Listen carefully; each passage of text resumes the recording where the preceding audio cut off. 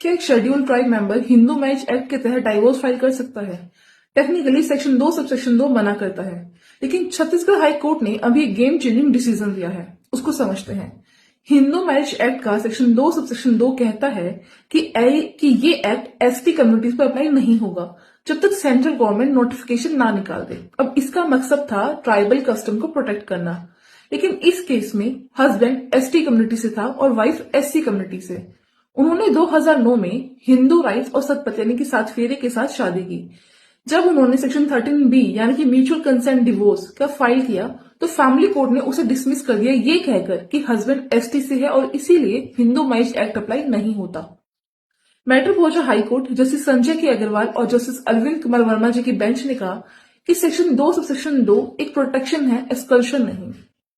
Court ने Hinduised concept का use किया। इसका मतलब है कि अगर कोई ST member voluntary Hindu custom, rights और ट्रेडिशंस को फॉलो करता है और वो खुद को कोर्ट की जुडिक्शन में सबमिट करता है तो उसे सिर्फ इसलिए बाहर नहीं किया जा सकता या नहीं रखा जा सकता क्योंकि वो एसटी है।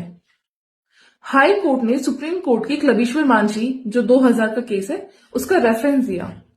सुप्रीम कोर्ट ने पहले ही कहा था कि अगर पार्टी सब्सटेंशियली हिंदुआइज्ड है तो उन्हें कस्टमरी कोर्ट्स में धक्का नहीं खाना चाहिए। अब वही लॉजिक यहां डाइवोर्स पर भी अप्लाई किया गया। कोर्ट का फाइनल वर्डिक्ट क्लियर था कि अगर आपने शादी हिंदू रिचुअल से की है और आप हिंदू लॉ फॉलो कर रहे हैं तो आप हिंदू मैरिज एक्ट के बेनिफिट से वंचित यानी कि डिप्राइव्ड नहीं रह सकते।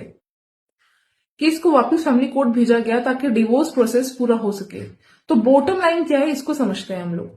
छत्तीसगढ़ हाई कोर्ट ने साफ कर दिया है कि section 2 sub section 2 of Hindu marriage act tribes को एक्सक्लूड करने के लिए नहीं है बल्कि उन्हें प्रोटेक्ट करने के लिए बनाया गया था।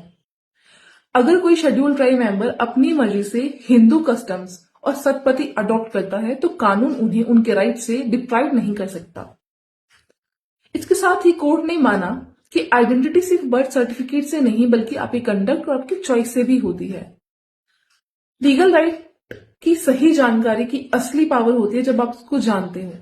ऐसे ही लीगल कॉम्प्लेक्स के लिए और लीगल अपडेट्स को आसान लैंग्वेज में समझने के लिए मुझे फॉलो करें। Thank you.